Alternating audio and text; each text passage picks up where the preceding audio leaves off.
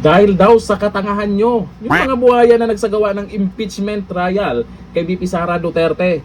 O ano ngayon, mukhang delikado na rin kayo. Inireklamo na sa Korte Suprema. Ito, panoorin po natin ang paliwanag ng isang magaling na abogado na merong paglabag nga ang ginawa ng mga buhaya dyan sa impeachment versus VP Sara Duterte. Kaya ngayon, inilapit na nila ito sa Korte Suprema. Nako, mukhang may mag-iiyakan dyan. Mukhang lamang ngayon si VP Sara.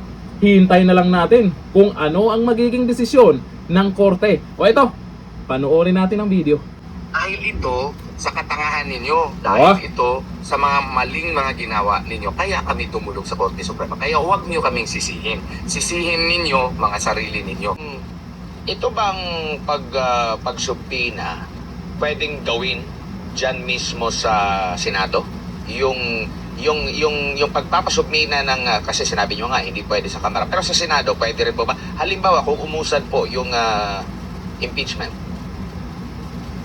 you know, the Senate is the only body under the 1987 Constitution which can conduct trial.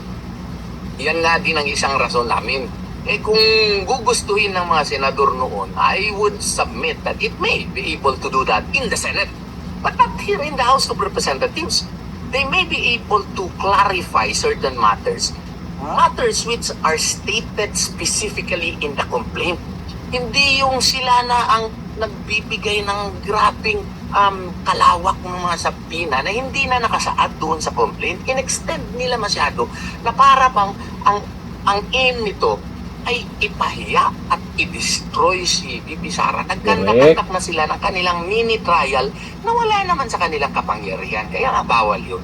Opo. So, sa nakikita nyo po, kung nag-declare na sila na sufficient in form, substance, at grounds, kumbaga, wala nang reason para magkaroon pa ng tinatawag nilang mini trial. Decision na hanggang sa plenaryo. Ipasa na sa Mag-render na sila ng report. Mag-render na sila ng report, ipasa na nila sa what's called this, sa body, sa plenary. Yun ang nakasaad sa batas sa ating 1987 Constitution ang ginawa nila, nag-mini trial pa sila. Na alam naman nila na the only body which can conduct such trial is the Senate.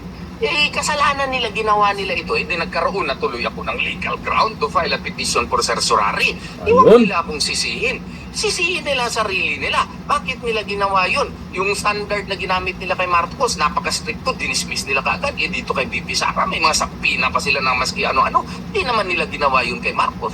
So, dahil sa kanilang ginagawa, nagkaroon ako ng rason ngayon na mag-file sa certiorari at hindi nila ako sisisihin. Sisisihin nila yung kanilang ginawa na nagbibigay ng ebidensya that they really committed grave abuse of discretion amounting to lack or excess of jurisdiction. Opo, and sa pagkakalam ko, yung unang decision din ng Korte Suprema sa petition ninyo, sa petition ni Vice President Sara, nakasaad din doon na talagang bigyan ng pagkakataon, yung due process talaga. And sa tingin nyo, doon sa proseso na ginawa ng Kamara, yung pag-declare nila, sufficient form, substance, pati yung paghingi pa ng side ng Vice Presidente, na tumugon naman ng Vice Presidente, though hindi niya sinasabi, kumbaga hindi niya kinikilala yung naging kasi maraming question din. So enough na yun para resolbahin na okay, naganap na namin yung sinasabi na karapatan namin yung sole power na gawin ito, so magbobotohan na kami. So kumbaga na-meet na lahat ng mga kailangang requirements, kumbaga, attorney. Oo, na-meet na. Marami pa nga nag-answer Yung answer daw ni VP Sara is a non-answer. Kasi hindi daw minute yung substance ng mga complaint. Gano'n naman pala mag-render na kayo ng report. Bakit pa kayo mag-hearing dyan, mini trial dyan na wala naman yan sa inyong powers and authority. Magpa-issue pa kayo ng overbroad na mga sabina na wala naman yan nakasaad doon sa complaint mismo. So kaya nga, kung non-answer pala i-resolve pa ninyo. Mag-render kayo ng report, magbutuhan kayo, i-submit nyo yung report nyo doon sa plenary para sa Senate. Ang ginagawa kasi nila, mag-mini trial sila. Papadala yung mga sampina, para magkaroon na sila ng opportunity to destroy VP Sara Duterte. Pero ang problema kasi niyan, hindi yun sakop ng kanilang powers and authority sa 1987 Constitution. Anong gagawin namin? Questionin namin sa Korte Suprema para mawasto ang mali. Pati rin yung pagpapatawag sa sinasabi nilang witness laban sa pangalawang Pangulo, nandoon yan sa sa mismong korte na impeachment court na mismo which is ang Senado po.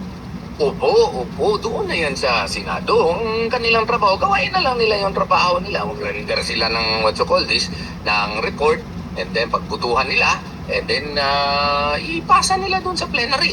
Para pero ang ginawa nila talaga, wala na doon sa within their defined powers under their own rules and even under the 1987 Constitution. So therefore, we have to seek relief to the Supreme Court so that the Supreme Court can allocate properly the constitutional boundaries of the powers of the House of Representatives, specifically the Committee on Justice. Meron pang balita, according sa Kamara, na baka umabot din hanggang Mayo ang kanila pong pagdinig or mini trial na binansagan na nilang mini trial yung impeachment laban kay Vice President Sara Duterte. Any thoughts, Attorney?